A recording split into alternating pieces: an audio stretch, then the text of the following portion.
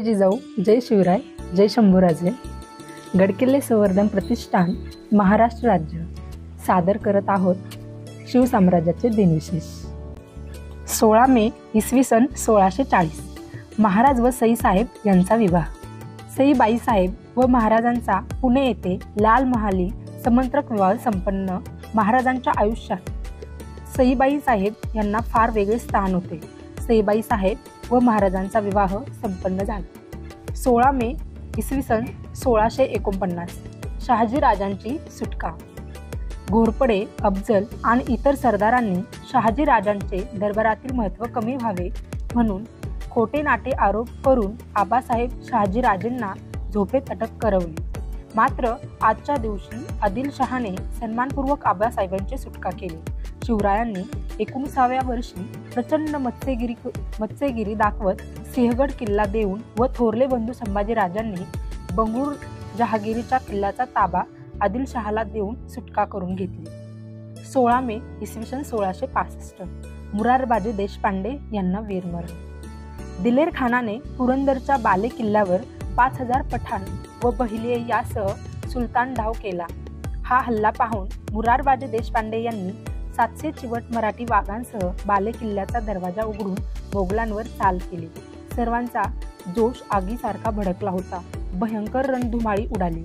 मुरारबाजींचा आवेश व हल्ला असा विलक्षण होता की जणू चक्र सुदर्शन। पाठणांची खांडोळी उडवावी मुरारबाजींची ती प्रलयकारी झुंड दिलेर खानाच्या रोखाने घोंगावत येऊ लागली। गर्दी उडाली। मुरारबाजींचा हत्यारी सपाट म्हणजे जणू रुद्राचे संतप्त तांडवच होते। मुरारबाजींचे शौर्य पाहून दिलेर खानाची उगली तोंडात गेली।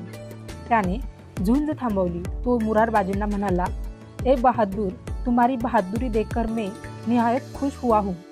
तुम हमारे साथ चलो, हम तुम्हारी शान रखेंगे।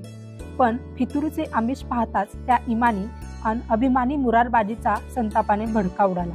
त्यांनी खुद्द खानावरच चाल केली। तेव्हा खानाने सोडलेले तरी बर्मी लागून मुरारबाजी देशपांडे रणात कोसळले। पुरंदरच्या मांडीवर मुरारबाजींनी आपले प्राण स्वराज्यासाठी समर्पित केले। आठवते का? याच मुरारबाजी देशपांड्यांना ऐन रणात जावळीच्या वनात महाराजांनी मागणी घातलेली होती। तेव्हा मोऱ्यांच्या शिरपेचातील हा तुरा महाराजांना लाभलेला होता। आज याच मुरारबाजींना दिलेर खानाने ऐन रणात फितुरीचे आमिष दाखवले। पण मुरारबाजींच्या तोंडाला पाणी सुटण्याऐवजी त्यांच्या तरवारीलाच खानाच्या रक्तासाठी पाणी सुटले। या लढाईत मुरारबाजीसह 300 मराठे धारातीर्थ पडले। हे सर्व मावळे चिवेवाडी या पुरंदरच्या पायथ्याशी असलेल्या एकाच गावातील होते। 16 मे इसवी सन 1666 महाराजांसाठी रामसिंह जामीन राहिला। औरंगजेबाने रामसिंगास शिवाजी महाराजांसह काबूल मोहिमेवर जाण्याची आज्ञा 13 मे रविवारी रामसिंग शंभूराजांसह बादशहाच्या दरबारी गेला व शिवाजी महाराजांना ताप आल्यामुळे ते आज दरबारी हजर राहू शकत नसल्याचे बादशहास निवेदन केले। बादशहाने शंभूराजास स्वरूपाची वस्त्रे, रत्नजडित खंजीर व मोत्याचा हार दिला। महाराजांच्या या वागण्यामुळे राजा जसवंतसिंह, बेगम जहाआरा, जफर खान व दरबारातील इतर उमराव यांनी शिवाजी महाराजांच्या या उद्धट व अपमानकारक वर्तणुकीबद्दल बादशहाकडे नाराजी व्यक्त केली। महाराजांच्या या अरेरावी व उन्मत्त वागणुकीबद्दल शिक्षेची मागणी केली।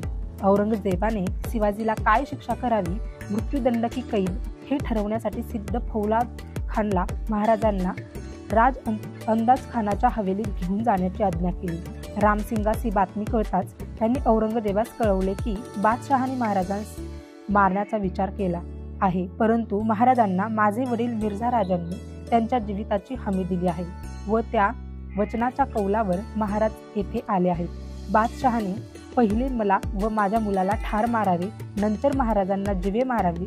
शिवाजी महाराजांना तत्काळ शिक्षा केल्यास मिर्झा राजे व कुंवर रामसिंग यांचा विरोध सहन करावा लागेल हे ओळखून औरंगजेबाने रामसिंगास महाराजांसाठी जमीन राहण्यास सांगितले। 15 मे मंगळवारी महाराज रामसिंगाकडे आले व त्यांनी शपथपूर्वक आपल्या चांगल्या वर्तणुकीची हमी रामसिंगास दिली। रामसिंगाने निश्चित होऊन जमीन पात्र औरंगजेबास दिले। 16 मे बुधवार रोजी औरंगजेबाने रामसिंगास शिवाजी महाराजांसह काबूल मोहिमेवर जाण्याची आज्ञा दिली। औरंगजेब आपली हत्या घडवून आणण्याचा प्रयत्न करत असल्याची जाणीव महाराजांना झाली व त्यांनी काबूल मोहिमेवर जाण्यास नकार दिला. महाराजांनी वजीर जफर खान व अन्य बादशाही सरदार व उमराव यांना आपल्या बाजूने वळविण्यासाठी नजराणे व काही द्रव्य व रक्कम देण्यास सुरुवात केली. 16 मे इसवी सन 1682 छत्रपती संभाजी महाराजांची आरमारी शक्ती. महाराजांनी इसवी सन 1656 पासूनच मराठ्यांच्या आरमाराचा पाया रचला आणि आपले बळकट आरमार समुद्रावर उभे केले. जे महाराजांचे धोरण तेच धोरण पुढे छत्रपती शंभूराजेंनी सुरू ठेवले. मुंबईकर इंग्रजांनी सुरतकर इंग्रजांना लिहिलेले एक पत्र इतिहासात उपलब्ध असून त्यात छत्रपती संभाजी महाराजांच्या आरमारी शक्तीचा उल्लेख आढळतो. तो असा: छत्रपती संभाजी महाराजांच्या जवळ 85 गलबते, 5 माणसे, मायना भंडारीचा व सिद्ध संबळाचा मुलगा हाताखाली आहेत. छोट्या होड्या वगळून 58 मोठ्या युद्धनौका, 5000 सैनिकांचे तळ, 30 ते 150 टनांची मोठी गलबते, 3 शिडांची गुराबे इतकी आरमारी ताकद उपलब्ध आहे. यावरून छत्रपती संभाजी महाराजांनीही राज्यकारभाराच्या सुरुवातीपासून आरमारी शक्ती सुदृढ करण्याचे भर दिला होता. 16 मे इसवी सन 1751 दाभाडे घराणे नजर कैदेत. सरसेनापती उमाबाईंनी युद्धात अलौकिक शौर्य गाजवून दिले. एका महिला सरसेनापतीने केलेल्या या कामगिरीवर छत्रपती शाहू खुश झाले होते. त्यांनी उमाबाईंना साताऱ्यात बोलावून दरबारात त्यांच्या सन्मानार्थ त्यांच्या पायात सोन्याचे तोडे घातले. सोन्याचे तोडे मिळविण्याचा मान उमाबाईनंतर त्यांचा मुलगा यशवंतरावांनी सुरतेच्या लढाईत मिळविला. पेशव्यावरील उमाबाईंचा नाराजीपुढेही नानासाहेब पेशव्यांमुळे कायम राहिली. शाहू महाराजांच्या निधनानंतर दाभाडांचा मुख्य आधार कोसळला. उमाबाई ताराबाईंबरोबर गेल्या. उमाबाई, ताराबाई आणि दामाजी गायकवाड यांनी पेशव्यांच्या विरुद्ध उठाव केला. तेव्हा 16 मे 1751 रोजी पेशव्यांनी दाभाड्यांच्या सर्व मंडळी पुण्यात होळकरांच्या वाड्यात नजर कैदेत ठेवली. परंतु उमाबाईंनी पेशव्यांशी समझोता घडवून आणला व ते प्रकार संपवले. 16 मे इसवी सन 1818 इंग्रजांचा मालेगावच्या किल्ल्याला वेढा. नारो शंकर यांनी 18व्या शतकात मालेगावचा भुईकोट किल्ला बांधला. सातारा छत्रपती दुसरे शाहू यांचा धाकटा भाऊ चतुरसिंह याने पेशव्याविरुद्ध उठाव केला. त्याने मालेगावच्या किल्ल्याचा आसरा घेतला होता. पेशव्यांचा सेनापती त्र्यंबकजी डोंगरे याने त्याला 10 फेब्रुवारी 1810 रोजी कपट करून मालेगावच्या किल्ल्यात कैद केले होते. पेशवाईच्या पाडावानंतर या किल्ल्यावर अरबांची सत्ता होती. 16 मे 1818 रोजी इंग्रजांनी मालेगावच्या किल्ल्याला वेढा घातला. जवळजवळ 1 महिना 300 ते 350 अरबांनी मालेगावच्या किल्ल्याच्या मदतीने इंग्रजांशी लढा दिला.